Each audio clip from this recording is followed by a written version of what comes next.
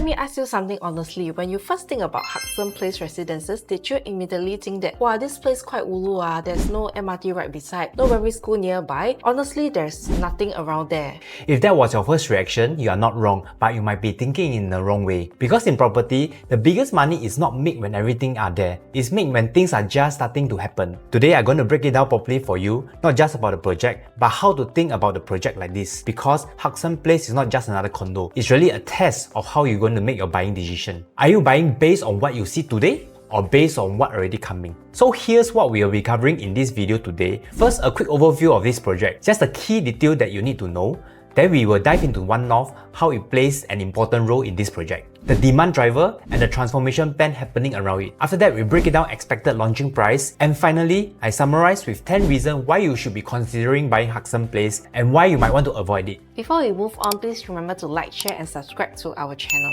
Now let's zoom into Hudson Place Residences project info first. Hudson Place Residences is a 99-year leasehold development located at Media Circle within Queenstown planning area. It consists of 327 units in total, 2 blocks, one 23-story and another 15-story with about 400 square meter of commercial space at ground level. So straight away, this is not a mega project. This is a mid-sized development. It is also designed with a car-like concept. Now, who is behind this project? This is a joint venture between Qingjian Realty, Foxy Holding, CYZ Land and Jiangnan Capital. Qingjian alone has delivered over 20 projects in Singapore and more than 10,000 homes since 2008 with projects like Jetscape, multiple EC development. On top of that, Foxy Holding is backed by a major global infrastructure group, so there's strong financial backing behind the project. For the rest of the partner, like Jiangnan Capital and CYZ Land, mainly play a supporting role in the investment structure. So overall, you're looking at a developer with a solid local track record, backed by a strong financial partners. So before we dive into Hudson Place, you need to understand One North, because this project is not about a condo, it's about a location. One North was never designed to be a residential town. It was built as a Singapore innovation hub. You have Biopolis, Fusion Polis, Media Polis, each one focusing on different industry. Biomedical,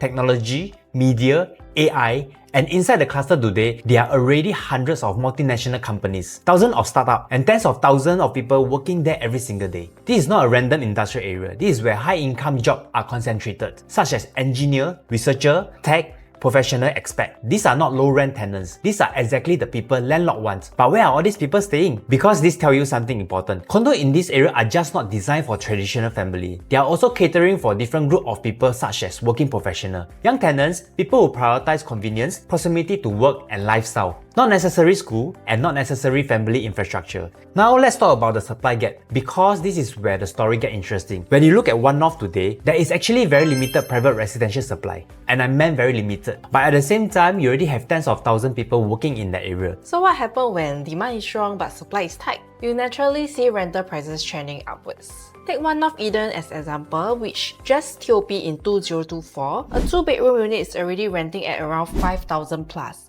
3-bedroom units are going close to 7,000. That's almost the rental price in a CBD area. But here's the thing, One North is not CBD. So why are tenants willing to pay this kind of price? It's very simple. There are lots of jobs, but there are not enough homes. But when you see the government releasing more land in Media Circle, your first reaction is definitely, wow, more supply coming, prices will drop.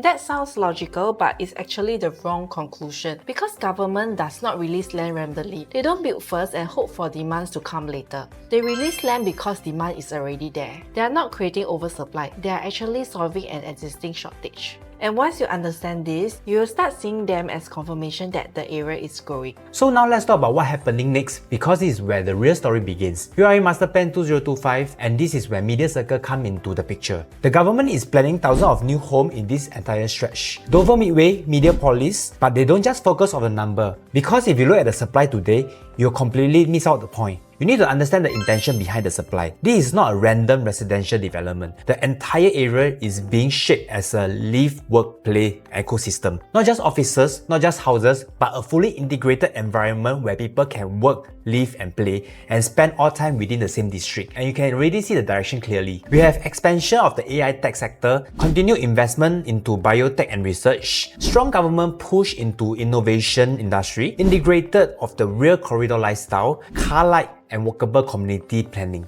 This is a long-term deliberate planning, not just something that happened overnight, but something that compound over time. And Hudson Place is positioned right at the heart of this transformation. So the real question you should be asking, what is this place becoming in the next 5 to 10 years? Because that's where the upside is, and that's where early positioning make all the difference. Now let's look at the land bit, because this tells you how developers are thinking. Hudson Place was acquired at 1037 PSF per plot ratio in March 2025. Before that, Bloomsbury was already bought at a higher price, 1191 PSF per plot ratio in January 2024. And just recently in March 2026, the Dover Drive site jumped to 1556 PSF per plot ratio. So all the three sites are bidded by the same developer Qingjian, same location story. So what does this tell you? Even 2 years ago, the developer was already willing to pay more for this area. And today they are willing to pay significantly more. Now here's the question many buyers will ask. Since Hudson price is lower, will it be sold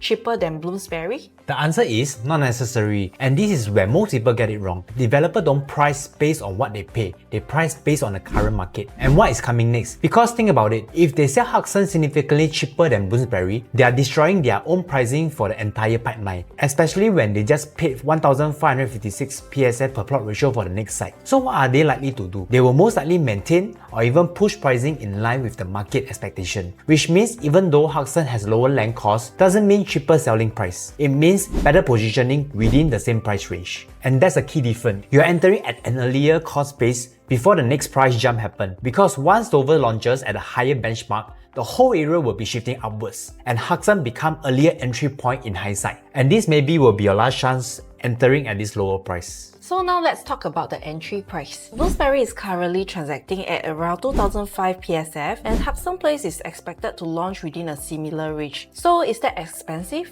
The answer is no. Here's why. If you compare to a matured Queenstown project, those are already priced higher because everything is already built. MRT, amenities, lifestyle, all in one place. But Hudson is different. What I like the most about this project is exactly the fact that it's not fully developed yet. Because like I say, in property, the biggest upside doesn't come from buying what is already complete. It comes with entering before the transformation happens. That's where the growth is. So when you look at Hudson Place, you are not just buying at today's price. You are entering one of the earliest phase of the new township. And that's why, relative to what's coming next in the area, Hudson is actually one of the lowest entry point you will get. How about the demand your exit strategy? Because at the end of the day, without demand, nothing else matters. And what makes this place interesting is demand is not just coming from one source. It's coming from multiple layers, and that's what gives it strength. Firstly, your tenant demand. We are right next to One North. You already have more than 50,000 people working in this area. A concentrated pool of high-income professionals, tech employees, researchers, expats. These are not hypothetical tenants. They are already working here today. As we have seen from nearby projects, they are willing to pay strong rents simply because housing supply is limited. Secondly, HDB upgrader demand. If you look around this entire Queenstown cluster, Dawson Margaret Drive, Dover, we are talking about 8,000 of HDB units currently have already crossed the $1 million marks. And that hasn't included those having NOP in the future. These are not entry-level buyers anymore. These are future private properties upgrader. And importantly, they are already familiar with the area, which means when they upgrade, they tend to stay within the same location. Lastly, future demand. This is the layer most people underestimated. As more companies move into One North, as the government continues to invest into AI, biotech, and research sectors, as Media Circle gets built up with connectivities and lifestyle options, the demand base will expand. So when you put all these layers of demands together, this is not a single source demand story. It's a layered demand structure with current tenants, local upgrader, and future growth. And that's exactly the kind of demands profile that support both rental resilience and long-term price growth. But let's address the biggest concern. First, there's no MRT in the doorstep, but it's still within a short distance to One North, and there's also shuttle services planned and future connectivity improvement. Second objection, no primary school. Correct. So if you're buying for primary school within 1 kilometer, this may not be suitable. But again, this project also targeted for upgraders, mature family. Thirdly, it still feels like a dead town. Yes, we are still in the early stage and it's still a work-focused area. But what is happening now? It is transitioning, and that's the key point. If everything is already lively, already convenient, and fully developed, you are already late. So as usual, after analysis, let me give you a quick summary of reason why I will not buy Hudson Place and reason why I will buy. First, no immediate conveniences. If you expect everything to be ready at the moment when you move in, cafe, malls, and full amenities right downstairs, then this is not the right project for you. Because Media Circle is still developing, by the time when it TOP, things will improve significantly. But today, it's still in the transition. Second, want to see result in 4 years time and this will frustrate you. This kind of project requires time. We are talking about 5 to 10 years horizon to fully see the transformation. Third, no MRT at doorstep. Hudson Place doesn't have MRT right below, but yes, it's within reach of one-off MRT. There are already shuttle service plan. And one thing you might have heard of is about future MRT planned in this area, specifically the Jurong Region Line extension that is currently under study. What does this mean? Right now, there's no confirmation of an MRT at Mediapolis, but government is studying whether to extend connectivity from the west, potentially bringing a new MRT stop closer to Mediapolis, Media Circle area. But if you only buy project with MRT at your doorstep, then this won't fit your criteria. Fourth, if you are buying purely based on school convenience, there are good schools within wider range of 1 to 2 km, like Fairfield Primary and ACS Independent. But if your top priority is primary school within 1 km, then this may not be ideal. Fifth, dead town during weekend like CBD. Let's be honest, today Media Circle can feel a bit like CBD on weekend. Quiet, less activity. But again, look slightly beyond. Within a short distance, you already have a Star Vista, Rochester, Fusionopolis, Galaxy, and you are not far from Holland Village in even town. Queenstown neighborhood just right above you. It won't stay quiet for long when the demand start to move in. 6. If you are someone who buy what is already proven, if you only feel comfortable when everything built, everything is vibrant, and everything is ready, established, then naturally you end up paying a premium for a certainty. And there's nothing wrong with that. Just don't expect high upside. Lastly, if you are comparing this blindly to a mature estate, if you look at Hudson Place and compare it directly to fully developed Queenstown and expect the same conveniences, then you are comparing two completely different stages of growth. And that's when many buyers misjudge this kind of project. And now, reason why I will buy. First, I believe in URA Master Plan direction because this is not just a random location. This is a new estate government is actively pushing, with job, housing and infrastructure all coming together. Second,